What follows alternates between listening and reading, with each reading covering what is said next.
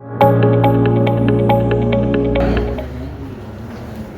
बेटा, हमने ना चैप्टर 7 का एक टॉपिक स्टार्ट किया था, कंटैक्ट प्रोसेस। पिछला जो हमारा लेक्चर हुआ उसमें हमने एक तो इसका इंट्रोडक्शन पढ़ा, सल्फ्यूरिक एसिड बनाया किसने था, डिस्कवर किसने किया था, किस डेट पे किया था और इसके यूज़ क्या होते हैं। फिर उसके प्रोसीजर के 2-3 स्टेप पढ़े थे। उसमें पहला स्टेप बेटा हमारे पास था production of SO2 sulphur dioxide, जिसके बारे में मैंने बताया था कि सल्फर डाइऑक्साइड तब बनता है जब हम किसी ऐसी ओर को बर्न करते हैं जिसमें सल्फर मौजूद हो, चाहे सल्फर से रिलेटेड सब्सटेंस मौजूद। अच्छा याद रखिएगा, जो ओर होती है ना वो मेटल की होती है। अगर आपको याद हो तो मैंने पाइराइट लिखवाया था आयरन सल्फाइड FeS2, तो वहाँ पे वो और मेटल यानी आयरन की है, सल्फर जो है वो साथ में आता है इम्प्योरिटी है। तो बारह हम वहाँ से सल्फर डाइऑक्साइड को प्रोड्यूस करते हैं। तो सल्फर को बर्न किया जाता था या उस ओर को बर्न किया जाता था, जिसके रिजल्ट में क्या चीज़ प्रोड्यूस होती थी बेटा, सल्फर डाइऑक्साइड। अब चूंकि सल्फर डाइऑक्साइड बर्निंग से प्रोड्यूस हो रही थी तो उसका टेम्परेचर हाई होता है। जिस चैम्बर में बेटा इसकी बर्निंग होती है ना, उस चैम्बर से फर्दर आगे 2 पाइप्स लगे होते हैं, आयरन के बने होते हैं, उनको कूलिंग पाइप भी कहा जाता है। तो उस गैस को बेटा जब वो आयरन पाइप से पास किया जाता है तो उसका टेम्परेचर थोड़ा मुमकिन हद तक डिक्रीज कर देते हैं, लेकिन नॉर्मल नहीं करते। वहाँ से गुजर के सल्फर डाइऑक्साइड जिस चैम्बर में जाती है उसको हीट एक्सचेंजर कहा जाता है और वहाँ पर उसका टेम्परेचर डिक्रीज किया जाता है। कितना टेम्परेचर डिक्रीज किया जाता था? 45 डिग्री सेल्सियस रूम टेम्परेचर पर।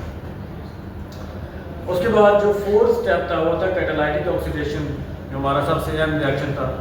उसमें मैंने कहा था कि इसकी कुछ बेसिक कंडीशंस हैं। एक तो है excess amount of oxygen introduce करवाना है, ऐड करना है।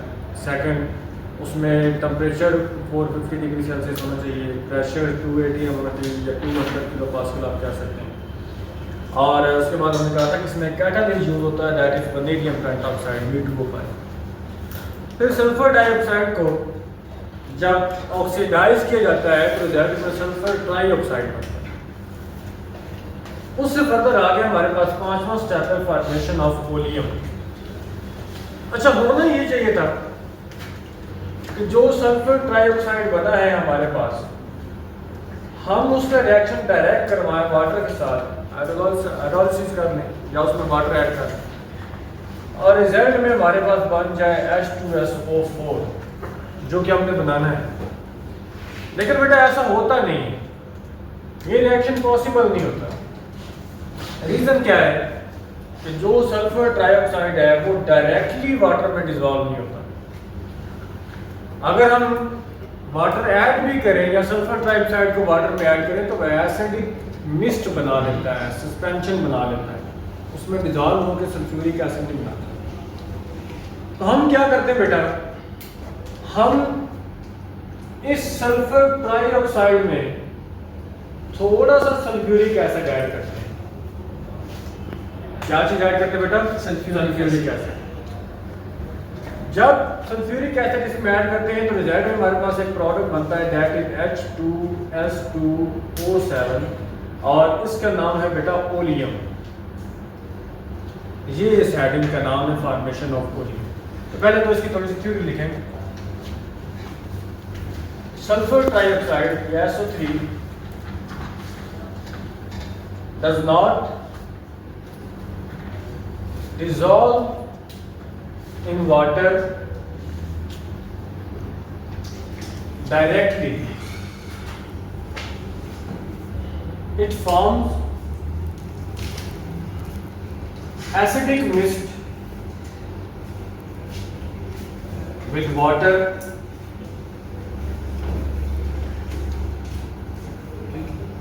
ये तो हमने वो बताया कि अगर हम वाटर ऐड करेंगे तो क्या पॉसिबिलिटी है, ठीक है। अब इसके बाद sulphuric acid is added to sulphur trioxide to form oleum. अच्छा, ये जो ओलियम बना है H2S2O7, ये यूज कहाँ होता है? तो बेटा ये ओलियम हमारे पास सबसे पहले ये है कि नंबर 1 कंसंट्रेटेड सल्फ्यूरिक एसिड बनाने के लिए इस्तेमाल होता है।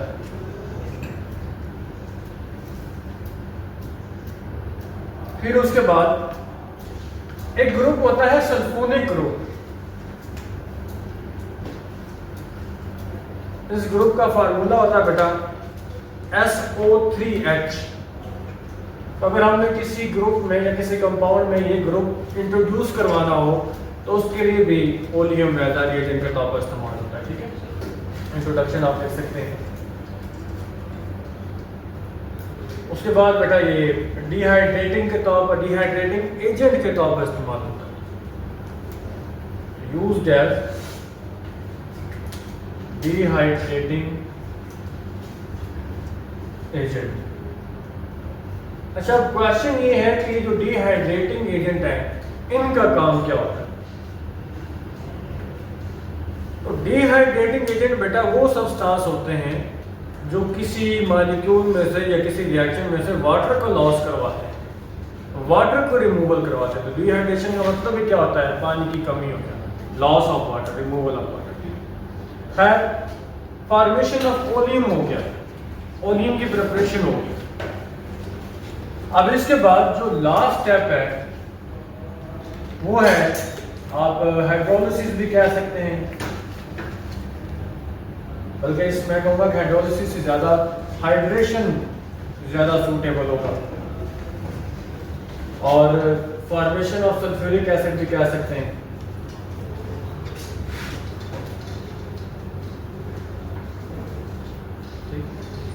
बल्कि इसमें ना हाइड्रेशन नहीं होगा, हाइड्रोलिसिस ज़्यादा सूटेबल। अच्छा, हाइड्रोलिसिस है क्या? मैंने 3 टर्म्स पढ़ाई थी, इलेक्ट्रोलिसिस, हाइड्रोलिसिस और तीसरी कौन सी थी? वो तो हो गया, इस चैप्टर के स्टार्ट में हमने पढ़ा है फोटोलाइसिस। फोटोलाइसिस से क्या था? कोई कंपाउंड ब्रेक डाउन होगा by the help of sunlight. Electrolysis से क्या होगा? कि कंपाउंड ब्रेक डाउन होगा by the help of electricity. Hydrolysis क्या है? वाटर से रिएक्ट करके किसी भी कंपाउंड का ब्रेक डाउन। तो बेटा ये जो हमारे पास ओलियम बना है H2S2O7, हम इसकी हाइड्रोलिसिस करते हैं। इसका रिएक्शन किसके साथ करवाते हैं बेटा? वाटर के साथ। जब बेटा हम इसका रिएक्शन वाटर से करवाते हैं तब रिजल्ट में हमें हमारा मेजर प्रोडक्ट मिलता है, दैट इज सल्फ्यूरिक एसिड। और इसी चीज को हमने लार्ज स्केल पे बनाना होता है और इसी के लिए ये प्रोसेस यूज होता है। और इस प्रोसेस का क्या नाम है बेटा? Contact process. और इसकी थोड़ी थ्योरी लिख लें। By hydrolysis of oleum, we get concentrated sulfuric acid H2SO4। यहां तक बेटा हमारा ये टॉपिक कंप्लीट